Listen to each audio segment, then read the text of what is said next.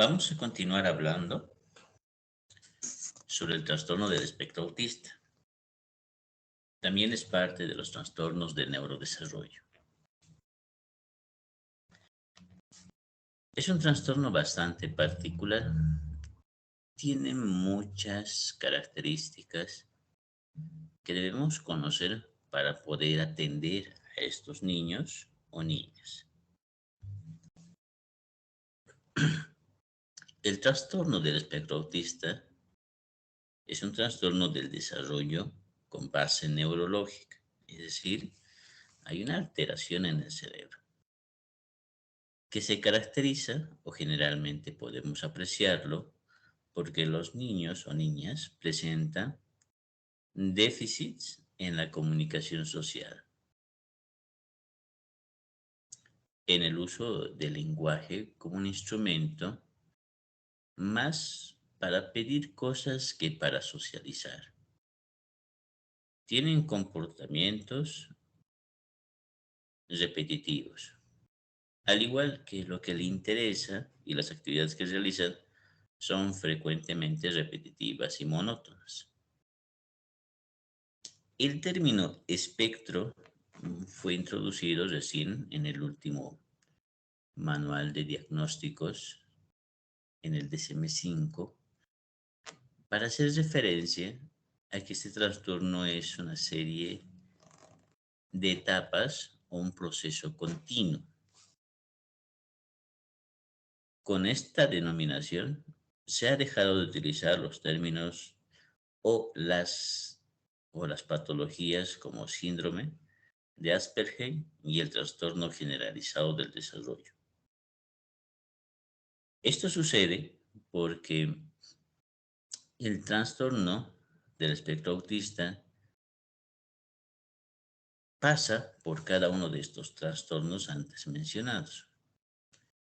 Y había una dificultad, ¿no? Un niño podía comenzar con un trastorno generalizado del desarrollo y al final de una etapa de estimulación y trabajo por mucho tiempo, comenzaba a presentar síntomas del síndrome de Asperger. De pronto era una persona que pasaba de un trastorno a otro. Para evitar estas confusiones, se ha decidido que se denomine a todos juntos, a todos los trastornos, trastorno del espectro autista, para dar a entender de que el niño, a medida que va desarrollando, va a ir modificando estos síntomas. Generalmente va a ir mejorando. Y es así que el Asperger es la etapa de mejor funcionamiento dentro del autismo. Vale decir que los niños con este trastorno no van a llegar a comportarse igual que un niño estándar, normal. Van a continuar presentando déficits, pero estos déficits no le van a impedir ser funcionales, es decir, ser cada vez más independientes. Y Asperger es la etapa donde los niños son muy independientes, ¿no? A pesar de continuar teniendo estas dificultades. Por eso se introduce ese término, para poder dar a entender a las personas que los niños y niñas con autismo van a ir modificando los síntomas en función de las mejoras que se van dando y van a tender a ser personas cada vez más independientes siempre y cuando reciban la atención adecuada, porque no es una regla. Las personas pueden presentar un problema grave de autismo y pueden continuar con este problema por muchos años y no pueden modificarse fácilmente si es que no reciben la atención que ellos requieren.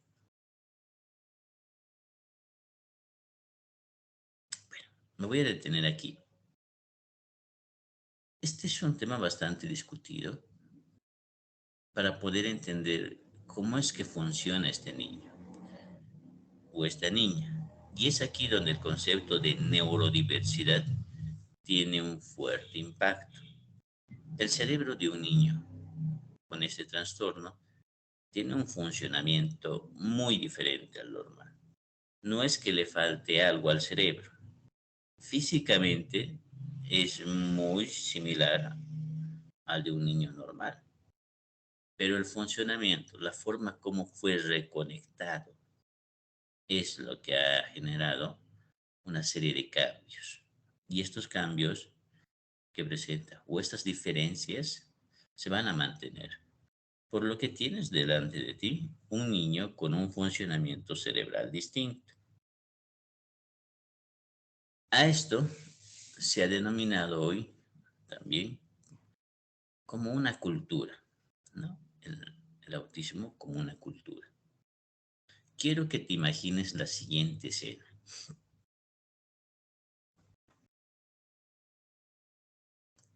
Imagina que has viajado a un país muy extraño a ti, donde el idioma es muy diferente, la escritura no te es comprensible y te encuentras en el medio de la calle y tienes que dirigirte a un lugar. En este caso, imagina que es un comercio, quieres llegar a una embajada, pero cuando hablas con las personas no comprendes el idioma. Algunas calles tienen señalizaciones, pero no entiendes lo que dicen ahí. Requieres que alguien te ayude y que el ambiente pueda hacer cambios en este ambiente para que tú puedas comenzar a adaptarte. Como no entiendes el idioma y no puedes entender lo que está escrito y las calles te son confusas, no puedes llegar donde vos quieres. ¿Cómo te sentirías? Imagina que las horas transcurren, se acerca la noche. ¿Cómo te sientes? Esta es la sensación que ellos tienen a diario. Su funcionamiento cerebral distinto los convierten en unas personas con una serie de modificaciones en su forma de comprender la sociedad, que los hacen como si fueran personas extrañas, ¿no? Que vendrían de otro lugar y que requieren que nosotros nos adaptemos a ellos, nos adaptemos a su cultura. Esto va a tener ahora sentido con lo que vamos a ver. Son dos cosas que se han modificado, ¿no? Hay un cambio social cerebral. Este cambio está caracterizado por una pobre orientación a la información social. Estos niños no tienen interés en socializar con otras personas. En algunos casos incluso les desagrada el contacto con otras personas. Hay una escasa orientación a los estímulos sociales como la cara o el lenguaje hablado. Es decir, generalmente no miran a la cara, no es algo que les agrade y tratan de evitar la comunicación. Hay una reducida motivación social, por lo que establecer relaciones sociales o tener conductas de ayuda social tampoco se encuentran presentes en ellos. Hay un procesamiento atípico de las acciones y movimientos de los objetos animados, por lo que les es difícil comprender la información obtenida a través de la conducta humana. Es decir, les es muy difícil comprender las expresiones de sentimientos y emociones a través del movimiento de la cara. Entonces, ver llorar a una persona les es muy difícil comprender qué es lo que estás expresando con esos movimientos, al igual que el enojo u otros, por lo que en algún momento podrían parecer poco sensibles y en realidad son personas que no entienden las expresiones faciales o los otros movimientos que están vinculados a las emociones. Hay una modificación, por lo tanto, en el cerebro, en algunas estructuras.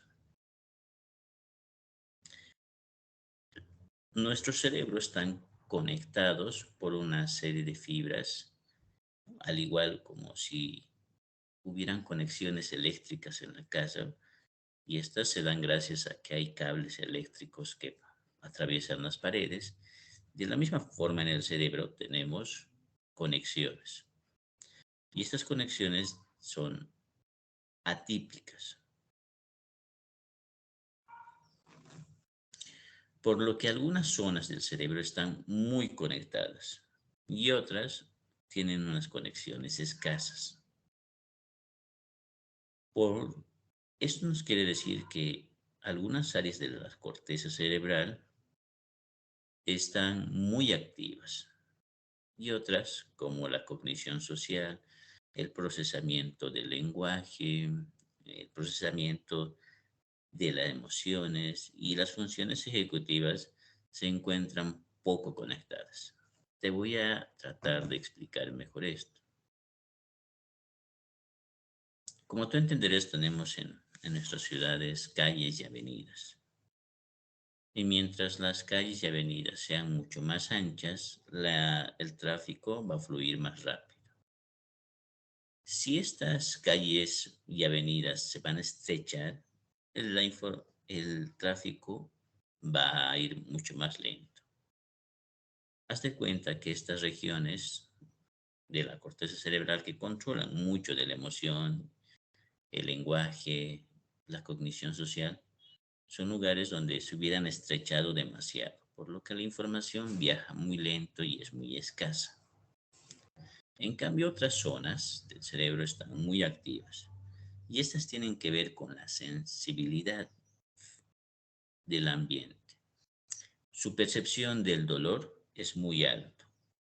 Es por esto que algunos niños pueden no querer vestirse, no querer usar zapatos, porque en realidad les produce un dolor físico verdadero. ¿Sí? Sienten. No, los médicos no podrían encontrar una causa física y es que el dolor surge por una alta sensibilidad producto de un funcionamiento atípico en el cerebro.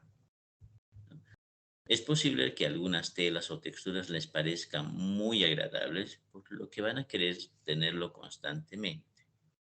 Esto puede causar algunos conflictos por las normas, porque algunas cosas salen de las normas sociales, como el hecho de no querer usar zapatos o querérselos sacar en medios de una reunión, no quererse poner la ropa que le compras y querer usar muchos días la misma ropa.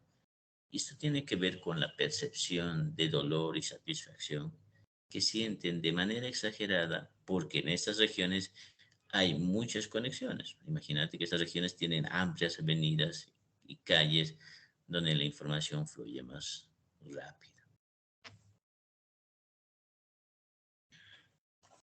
Tenemos grados de severidad en el trastorno del espectro autista, o TEA, que vamos a utilizar esta denominación, TEA, para, bueno, acortar este nombre.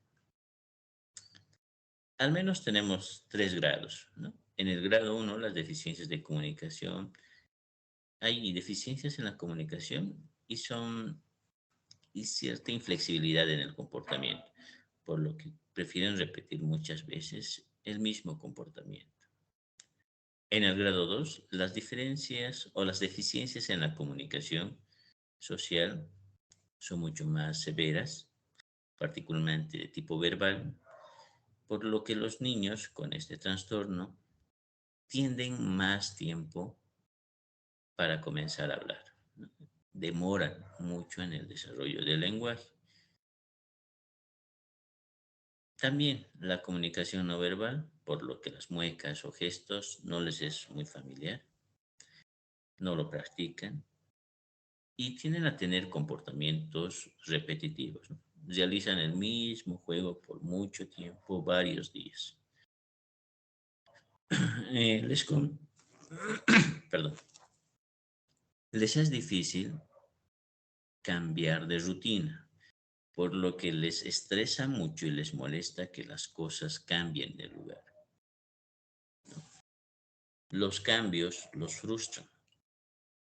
Volviendo a la analogía de ustedes en un país nuevo, imagínate que cada hora las calles se movieran, ¿no? Siendo un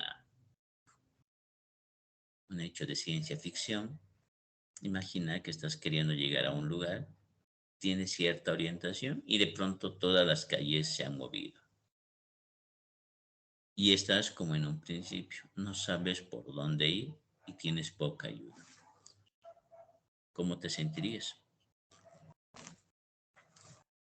Es lo que experimentan los niños y niñas con este trastorno cuando modificamos el lugar de las cosas. Para ellos es volver a empezar de nuevo y les frustra mucho.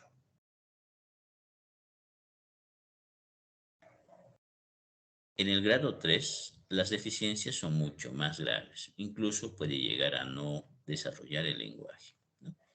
Entonces hay muchos niños que no hablan por mucho tiempo, ¿no? Es decir, no han desarrollado este lenguaje y los comportamientos repetitivos son mucho más severos, ¿no? Entonces tienden a frustrarse muy fácil con pequeñas modificaciones del ambiente.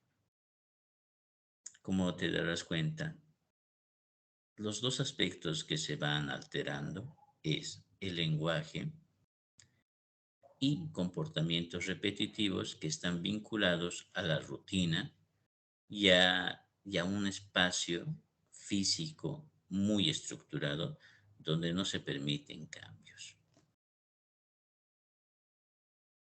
El TEA puede estar presente con otros trastornos, como por ejemplo los niños pueden expresar depresión, ansiedad, trastornos de conducta, puede haber trastornos de sueño como el insomnio o dormir muchas horas durante el día, pesadillas, despertares nocturnos.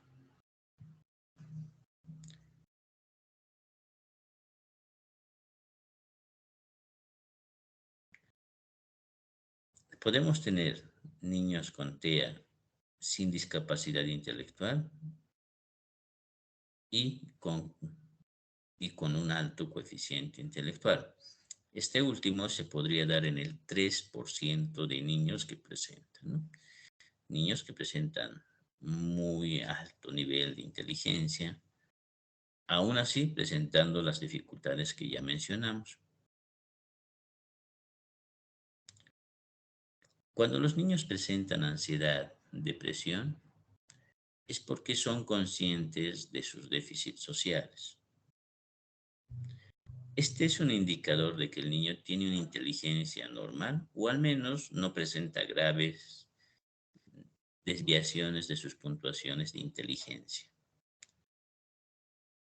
¿no? La presencia de síntomas emocionales como depresión, ansiedad u otros son un indicador de que son conscientes de los déficits que tienen a nivel social.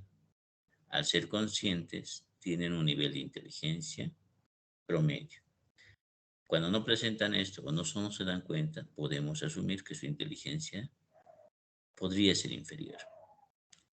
Un caso m- menos frecuente es la presencia del TEA eh, con el trastorno de déficit de atención e hiperactividad. Estos son casos poco frecuentes, pero ¿te imaginas tener un TDAH y un TEA juntos? ¿No? Entonces, suelen ser niños mucho más difíciles de tratar, ¿no? Muy difíciles de realizar actividades.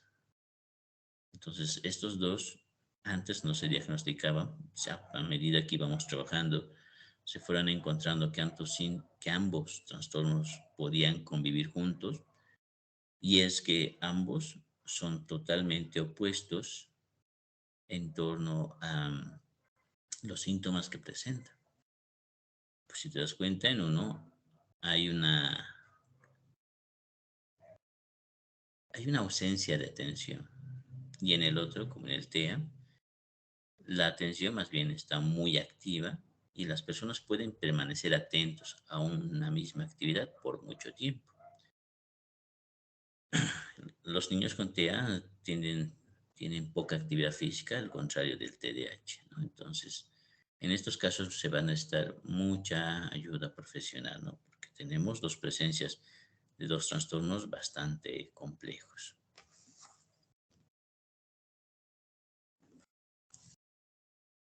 Dado que el funcionamiento cerebral ha cambiado en el TEA y que las conexiones que se establecen en el cerebro también son diferentes, se van a poder apreciar deficiencias en el funcionamiento cognitivo, que es lo que le interesa a la neuropsicología. Va a tener un déficit en la cognición social, por lo tanto va a presentar dificultades en la capacidad de ponerse en el lugar del otro, son poco empáticos. La atención conjunta está afectada, por lo tanto va a tener dificultades para realizar actividades con alguien sobre un mismo asunto, no son muy colaborativos para trabajar. Esto hace que la intervención y el trabajo terapéutico sea más difícil, ya que trabajar terapéuticamente con estos niños implica que ellos compartan ciertos espacios y la atención conjunta es justamente estabilidad. Al encontrarse con deficiencias, la primera etapa en el caso del terapeuta es poder generar una relación de confianza, lo cual podría demorar un poco, dado que no es algo fuerte en el niño, sino es, en realidad él rechaza establecer relaciones, ¿no?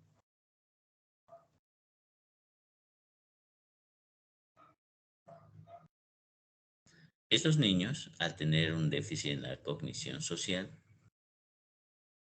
también tienen dificultades para hacer modificaciones en su juego, no comprenden las mentiras o engaños y no son capaces de identificar las expresiones emocionales en el rostro de las personas.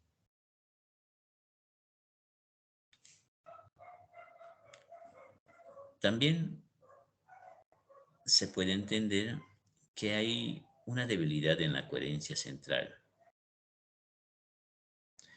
por lo que gran parte de las actividades que realizan los niños con TEA está orientado a elementos muy pequeños, es decir, son muy detallistas, por lo que prestan mucha atención por largo tiempo a determinados objetos o actividades, tratando de buscar estos detalles.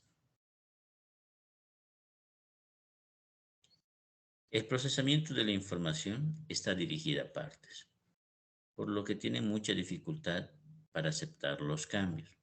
De esto les había comentado hace un momento que estos niños tienen muchas dificultades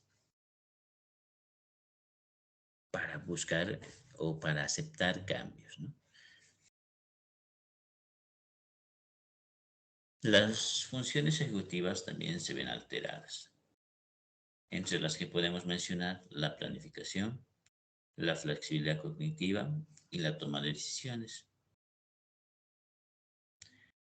La memoria de trabajo y el control inhibitorio se encuentran mejor conservados, ¿sí? Funcionan adecuadamente. Como te darás cuenta, hay una modificación interesante en cómo se está procesando la información, especialmente la de tipo social.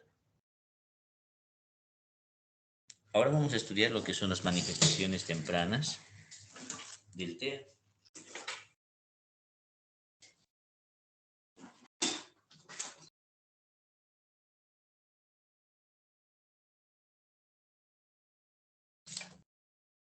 Durante el primer año de vida, muestran un desarrollo típico.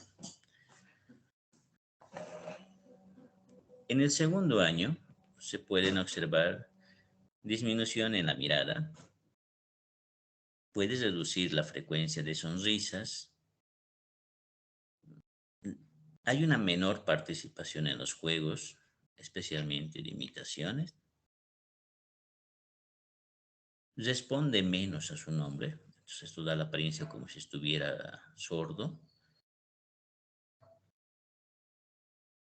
Y hay unas manifestaciones atípicas para el control emocional, por lo que cuando se frustran pueden expresarlo gritando, llorando de manera muy desagradable.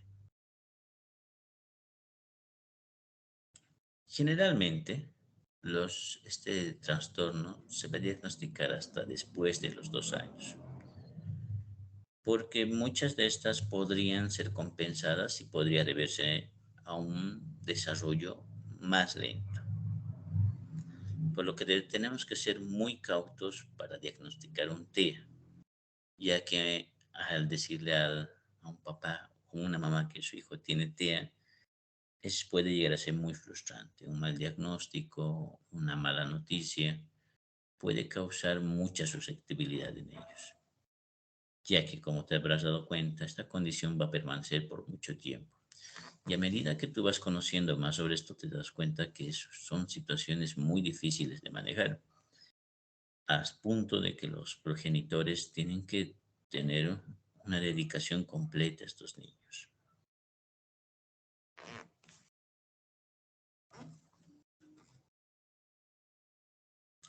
Generalmente un niño con TEA presenta un coeficiente intelectual inferior o promedio. Y como te había comentado, solo el 3%, es decir, 3 de cada 100, muestran un coeficiente intelectual superior al promedio, si muestran una gran inteligencia. La atención se encuentra alterada, especialmente en la atención conjunta y en la atención alterna, por lo que mientras estén prestando atención a un objeto, les es difícil prestar atención a otro objeto, ¿no? Entonces, hay una atención focalizada, lo que llamamos hiperfocalización. La memoria contextual se encuentra alterada, por lo que sucede en el entorno no le es muy fácil percibirlo. Le es difícil entender lo que sucede en el ambiente.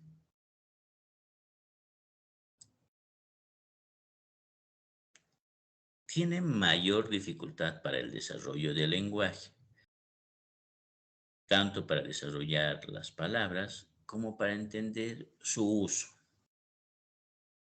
por lo que son personas que tienden a expresar menor información de manera verbal y también tienden a comprender menos.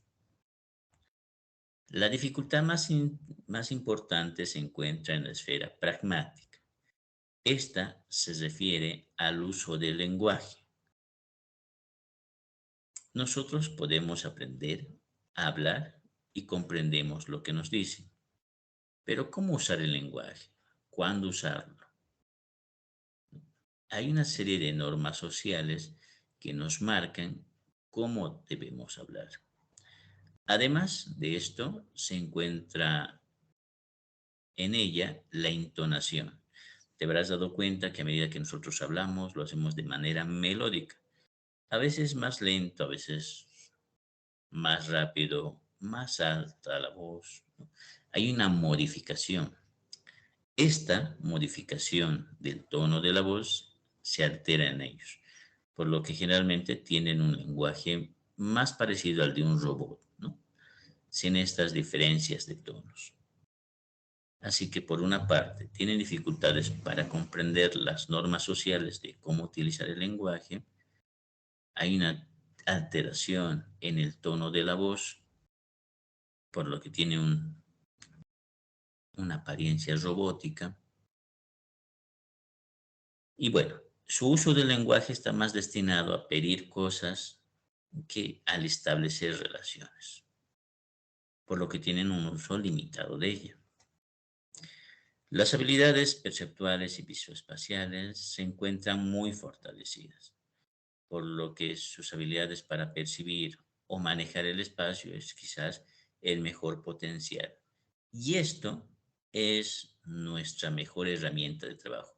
La información visual, ellos lo asimilan mucho mejor y más rápido, por lo que el medio de comunicación más eficiente va a ser a través de figuras, dibujos y de la manera visual.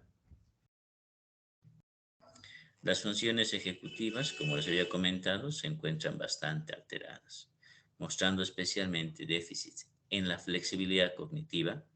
La flexibilidad cognitiva es nuestra habilidad para buscar soluciones alternas a un mismo problema o comprender las soluciones desde otro ángulo o desde otra forma de expresarlo. La planificación es la organización de eventos de manera secuencial para la solución de problemas. Bien, ahora vamos a ver los criterios diagnósticos del DSM-5. En ella vamos a ir englobando una serie de síntomas que podemos ir nosotros apreciando, aunque los niños con TEA son o muestran una serie de conductas que son visibles. Sin embargo, aquí vamos a enumerar aquellas que se deben tomar en cuenta para un diagnóstico y en el caso de los maestros, para poder derivarlos al área especializada de la institución donde puedan ellos atenderlo, ¿no? Y poder hacer un diagnóstico. Primero, hay déficits persistentes, es decir, continuos en la comunicación social y en la interacción. Y estos se pueden reconocer a través de déficits en la reciprocidad socioemocional. Tú puedes estar llorando o puedes estar muy alegre, para ellos es muy incomprensible, por lo tanto, no van a tener ustedes una respuesta de parte de ellos en función a las emociones que tú estás expresando, porque para ellos es muy difícil comprenderlo. Va a haber deficiencias en las conductas de comunicación no verbal. Entonces, ellos van a tener menor expresión facial y de comportamientos que lleguen a expresar emociones provenientes de ellos. Va a haber deficiencias en el desarrollo, mantenimiento y la comprensión de las relaciones sociales.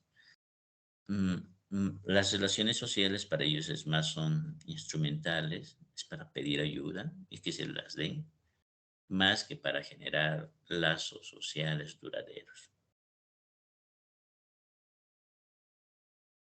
Otro conjunto de síntomas tienen que ver con el patrón restringido y repetitivo de intereses y actividades, es decir, que les gusta realizar las mismas actividades por mucho tiempo y por varios días. Entre estos se encuentran movimientos y la utilización de objetos de manera repetitiva y una habla estereotipada. Insisten en la monotonía, por lo que les molesta mucho romper esta monotonía y prefieren realizar las mismas actividades de la misma forma por muchos días. Es así que muchos niños prefieren comer a la misma hora el mismo tipo de alimento por varios días. Y cuando esto no sucede, se frustran y pueden expresar esa frustración con gritos, llantos.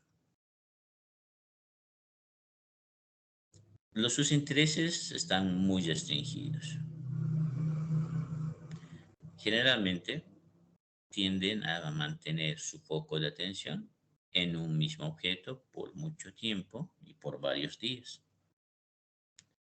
Hay una hiperreactivación a los estímulos sensoriales, por lo que la luz normal, el sonido, ¿no?, que nosotros somos capaces de tolerar, a ellos les puede causar mucho dolor.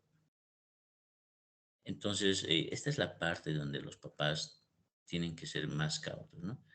Tenemos que aprender de ellos a saber qué es lo que les genera molestia y dolor y qué les genera mayor placer.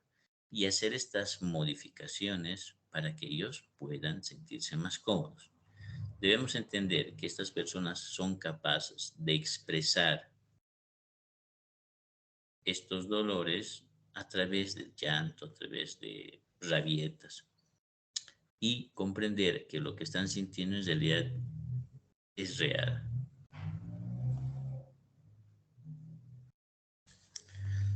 Se expresan también síntomas en las primeras fases del desarrollo, pero que tienen que estar caracterizados por estas deficiencias sociales.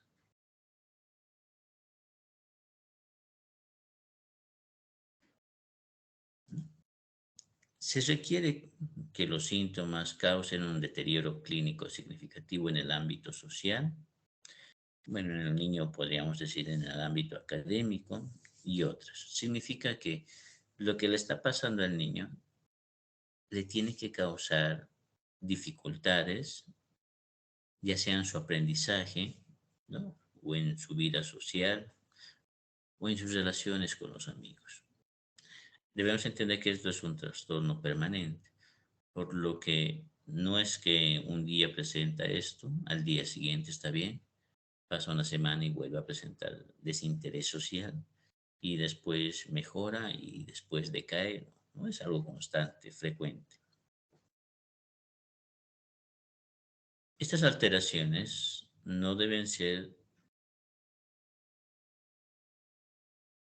mejor explicadas por la existencia de la discapacidad intelectual, ¿no? Se entiende que los niños van a presentar un menor coeficiente intelectual. Sin embargo, tenemos que tratar de descartar que el niño presenta o bien discapacidad intelectual y es por esto que se presentan todos estos problemas o tenemos un TEA o tenemos un TEA en el cual se ha disminuido los puntajes. Reconozcamos esto, ¿no? El TEA viene con una inteligencia promedio e inferior, pero no estamos diciendo que el TEA venga necesariamente con una discapacidad intelectual. Entonces, si hay una discapacidad intelectual y esta explica mejor los síntomas que presenta, es muy probable que tengamos un niño con discapacidad intelectual y no sea un TEA.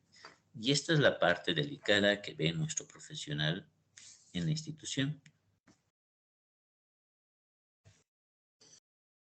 La evaluación es quizás una de las actividades que requieren mayor estudio, ya que tenemos diferentes instrumentos.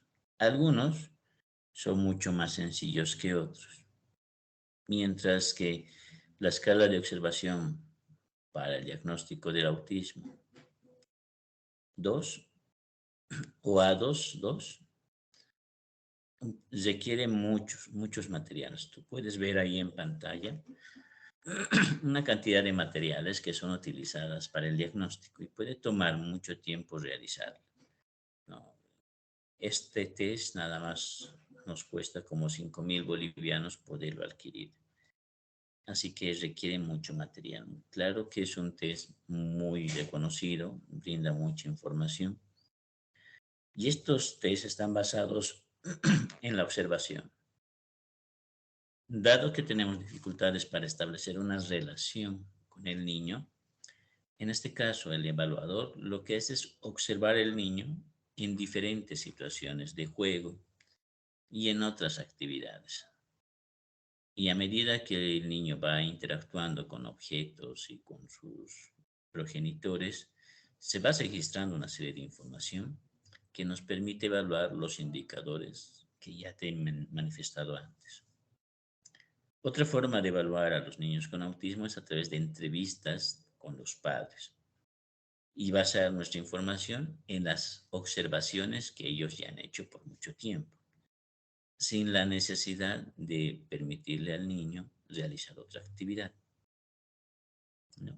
Sin embargo, a mi juicio, es muy importante la entrevista con los padres, pero también es importante observar a los niños en su ámbito, en su casa, en su ambiente social donde se desempeña. Esto brinda una mejor información de cómo se irá adaptando al ambiente. Eh, Sería muy costoso asumir tests muy complejos y actualmente con vistas a reducir los tiempos de evaluación, se están diseñando cada vez más instrumentos más breves, con la misma precisión, ¿no? Pero con una menor cantidad de materiales. Dado que estos niños, una vez que tengan el diagnóstico de autismo a través de estas escalas de observación, necesitamos aplicar nuevamente pruebas neuropsicológicas, porque es ahí donde queremos saber cómo está la atención y los otros procesos cognitivos.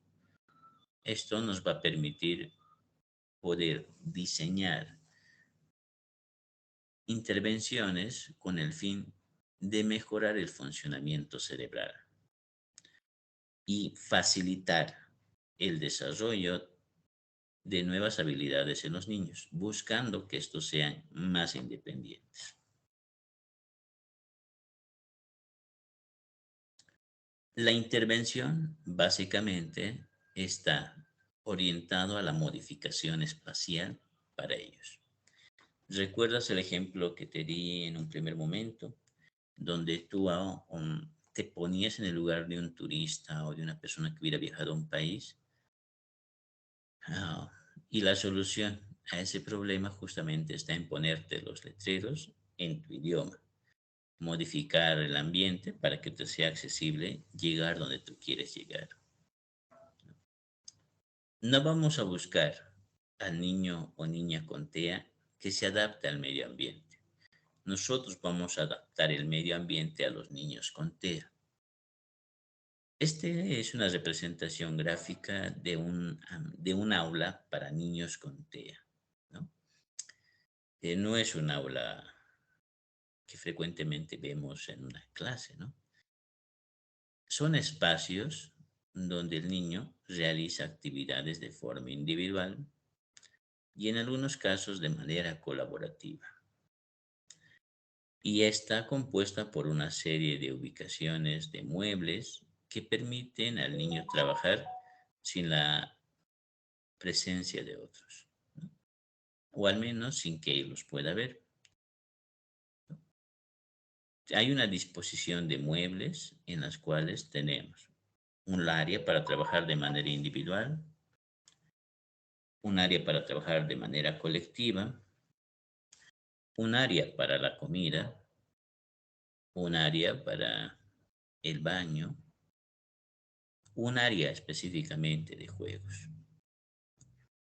Entonces, para tener un aula con niños de TEA, tenemos que modificar el ambiente de tal forma que cuando el niño quiera comer, vaya al espacio de comida estructurado para él. Y cuando quiera aprender en colaboración con otros, pueda tener otro espacio. Diseñamos un ambiente muy estructurado, incluyendo anuncios, letreros, la mayoría son visuales, que le permitan al niño entender cómo funciona este ambiente. Entonces, un ambiente para ellos requiere una nueva estructura. Lo mismo sucede en las casas, ¿no? El ambiente donde el niño va a vivir tiene que estar diseñado de esta manera. Espacios para dormir, espacios para estudiar, espacios para comer, incluso limitado por líneas, muy bien estructurado y donde las cosas no se modifiquen.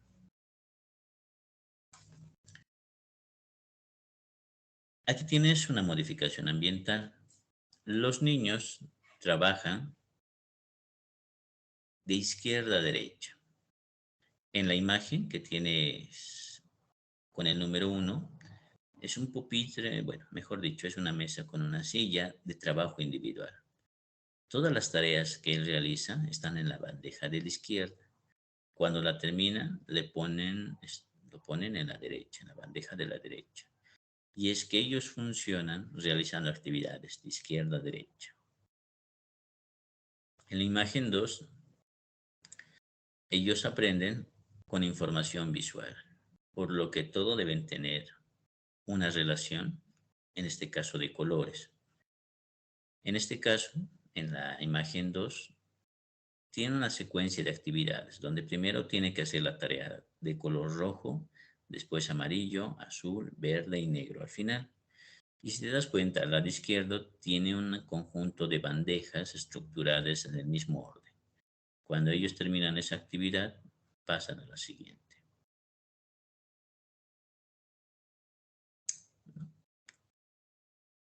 Como puedes ver en el resto de los ambientes, ellos funcionan con ambientes estructurados donde van aprendiendo con guías visuales. En la imagen 2 de la parte inferior izquierda puedes ver un niño trabajando y delante de él en la pared, si se puede apreciar, tiene una serie de guías visuales que tiene que seguir. En otros casos estas guías están escritas y representadas con dibujos que el niño cuando hace una actividad lo retira y lo pone al lado izquierdo, perdón, al lado derecho. Para enseñarle hábitos y habilidades, también tienen que estar enunciados con letreros, generalmente visuales.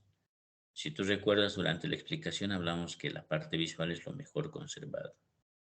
Entonces podrás entender que en ella los anuncios visuales y el orden de izquierda a derecha o de arriba hacia abajo es una secuencia que él sigue, ¿no? Y va aprendiendo de cómo se va desarrollando esto. En este caso tienes un anuncio de cómo ir al baño. Y bueno, por lo que se ve en el dibujo, primero tiene que ir a la taza, después lavarse sus manos, después tiene que lavarse los dientes, después tiene que peinarse y al último ponerse colonia. Quizás alguien podría aumentar un dibujito más en de acuerdo a esta secuencia.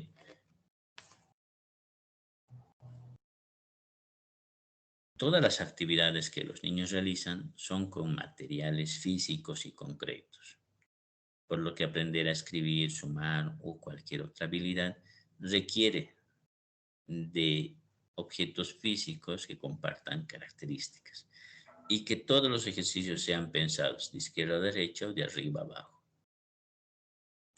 Como te darás cuenta entonces, atender a un niño con TEA implica modificar su ambiente y realizar todas las actividades de manera muy estructurada para que él pueda aprender.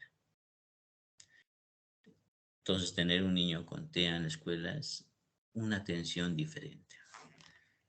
Quizás en la escuela donde frecuentemente ellos puedan estar, porque en realidad son pocas o muy escasas escuelas que tengan aulas como esta.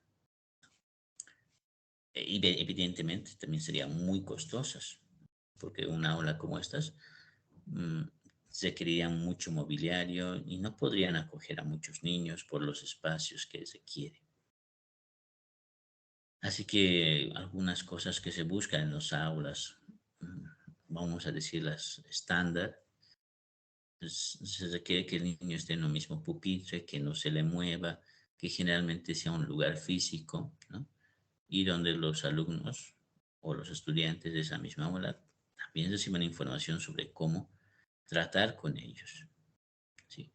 Generalmente estos niños no son agresivos, sí son impulsivos y cuando reaccionan pueden llegar a hacer algo agresivos, pero no hay una intención de daño, sino es que están teniendo muchas dificultades para controlar emociones. Por lo que también se recomienda en la escuela tener un espacio para estas rabietas, ¿no? Que el niño aprenda que cuando quiera hacer una rabieta tenga un espacio específico para rabietas, ¿no? Donde no esté con objetos que pueda dañarse y que sea muy seguro para él, donde puede expresar estas emociones y después de ello volver al aula. ¿Okay? Bien. Entonces, cuando pensamos en la atención de estos niños, estamos pensando en modificar su ambiente. Esto es lo que tenemos. Espero que bueno, les haya gustado esta presentación sobre el TEA. Imagino que va a surgir muchas preguntas y bueno, van a tener también material, guía para trabajar. Estas aulas de las cuales he hablado son las aulas TEACH, una metodología americana para el tratamiento y la atención de niños que les voy a compartir y que ustedes van a poder revisar y leerlo, ¿no? Cómo está pensado la comunicación y el ambiente para ellos.